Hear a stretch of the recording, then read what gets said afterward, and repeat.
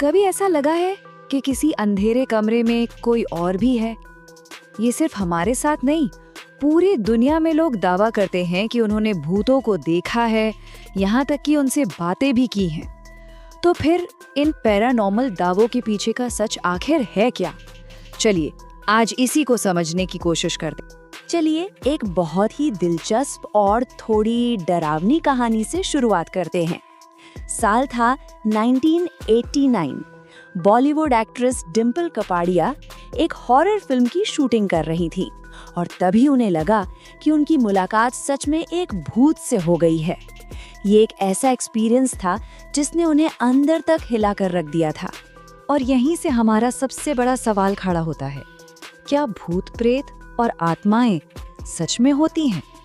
तो इस एक कहानी से आगे बढ़कर आइए इस पूरे रहस्य की तह तक जाने की कोशिश करते हैं।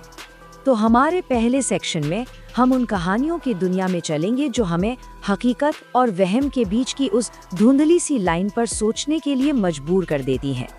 तो जैसा हमने देखा, डिम्पल कपाड़िया जो फिल्म में खुद एक भूत का रोल प्ले कर रही थी, उन्हें ये यकीन हो गया था कि उन्होंने असलियत में एक भूत को देख लिया है। ये कहानी काफ़ी इंटरेस्टिंग है। हम बाद में इस पर वापस लौटेंगे और देखेंगे कि इसके पीछे की असली वजह क्या हो सकती है। अब हम पहली और सबसे सीधी सादी वजह की तरफ बढ़ते हैं। वो है जब लोग जानबूझकर पैसे या फिर फेमस होने के लिए भूत प्रेत की कहानियां बनाते हैं। इसका एक क्लासिक एग्जाम्पल है फॉक्स सिस्टर्स। 1800s में इन 3 बहनों ने अमेरिका में तहलका मचा दिया था। वे दावा करती थीं कि आत्माओं से बात कर सकती हैं और इस दावे पर उन्होंने खूब शोहरत और पैसा कमाया। लेकिन सालों बाद उन्हीं में से एक ने खुद कबूल किया कि ये सब एक धोखा था और वे लोगों को बेवकूफ बनाने के लिए बहुत ही सिंपल ट्रिक्स यूज करती थी। एक और बहुत ही मशहूर कहानी है एमिटेबल हॉन्टेड हाउस की। एक परिवार ने दावा किया कि उनके घर में भयानक पैरानॉर्मल एक्टिविटीज हो रही हैं। इस पर किताबें छपी, फिल्में बनी और ये पूरी दुनिया में फेमस हो गया। लेकिन बाद में ये बात सामने आई कि ये सब झूठ था, जिसे सिर्फ पैसे और शोहरत के लिए गढ़ा गया था। और पता है, ये धोखा आज भी चल रहा है। हाल ही में स्टीव हफ नाम के एक आदमी ने दिवंगत एक्टर सुशांत सिंह राजपूत की आत्मा से बात करने का दावा किया था। लेकिन जांच में पता चला कि उसने बस उनके एक पुराने इंटरव्यू के ऑडियो क्लिप्स को तोड़ मरोड़ कर पेश किया था। और चिंता की बात यह है कि मीडिया अक्सर ऐसी सेंसेशनल खबरों को तो खूब दिखाता है, लेकिन जब उनका सच सामने आता है तो उसे उतनी तवज्जो नहीं दी जाती।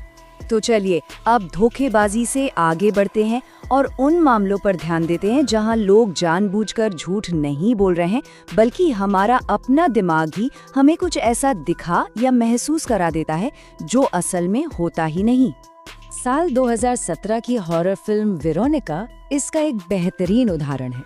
फिल्म के पोस्टर पर साफ साफ लिखा था, सच्ची घटनाओं से प्रेरित, जिसे पढ़कर दर्शकों को लगा कि स्क्रीन पर जो शैतानी कब्जा दिखाया जा रहा है वो सच में हुआ था। लेकिन असल कहानी कुछ और ही थी।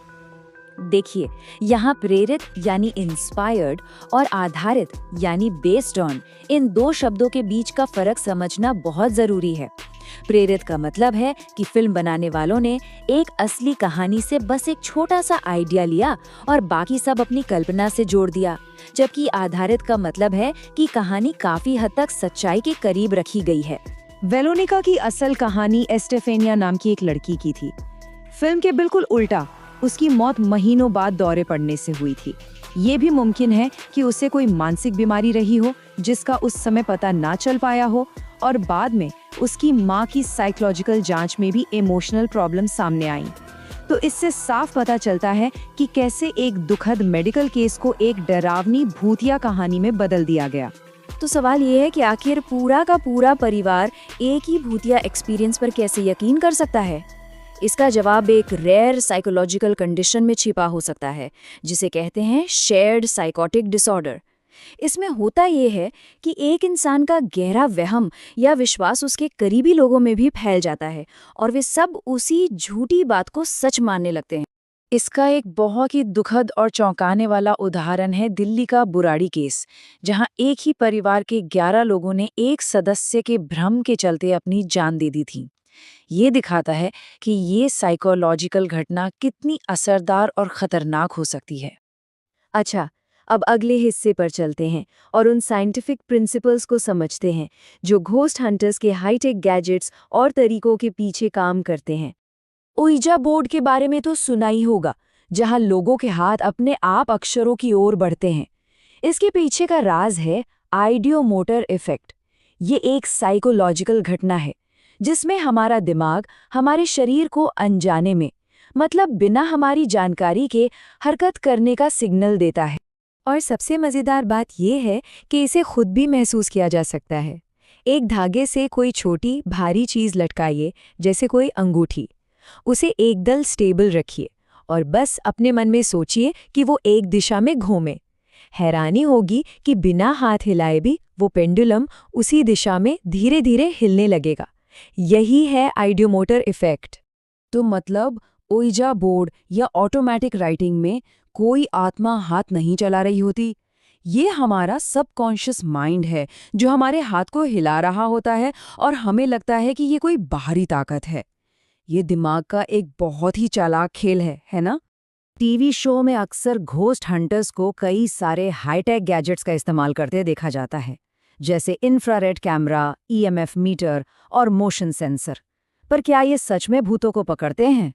इंफ्रा कैमरे आत्माओं को नहीं, बल्कि गर्मी के निशानों को पकड़ते हैं। मान लीजिए कोई इंसान किसी दीवार से टिककर खड़ा हो और फिर हट जाए, तो उसके शरीर की गर्मी दीवार पर एक भूतिया सा पैटर्न छोड़ जाएगी। इसी तरह फर्श पर गीले पैरों के निशान भी कैमरे पर पैरानॉर्मल दिख सकते हैं। और ईएमएफ मीटर, ये भूतों की एनर्जी नहीं, बल्कि हमारे चारों तरफ मौजूद इलेक्ट्रॉनिक डिवाइसेस से निकलने वाली तरंगों को पकड़ता है। हमारा मोबाइल फोन, घर के बिजली के तार या फिर कैमरे की बैटरी, ये सब ऐसी तरंगे छोड़ते हैं। एक मॉडर्न घर में ये मीटर हमेशा कुछ न कुछ दिखाएगा, क्योंकि हम इलेक्ट्रॉनिक्स से घिरे हुए हैं। तो चलिए इन सब बातों को समझते हुए अपनी शुरुआती कहानी पर वापस लौटते हैं और मनोरंजन और गलत जानकारी के बीच की उस पतली सी लाइन पर बात करते हैं। डिम्पल कपाड़िया की कहानी याद है? जब उन्होंने अपना एक्सपीरियंस शेयर किया तो उन्हें एक बहुत ही लॉजिकल और सिंपल जवाब मिला कि वो दिन भर एक भूत का किरदार निभा रही थीं, उसी के बारे में सोच रही थीं। तो ये बहुत नेचुरल था कि वही ख्याल उनके दिमाग में बस गया और रात में उन्हें वहम हुआ कि उनके पास कोई है। तो अंत में ये सवाल उठता है कि एक रोमांचक कहानी को एंजॉय करने और एक खतरनाक अंधविश्वास को बढ़ावा देने में क्या फ़र्क है? ये सोचने वाली बात है कि हम जो कुछ भी देखते या सुनते हैं, उस पर आंख बंद करके यकीन करने से पहले उसे थोड़ा क्रिटिकली क्यों ना देखें।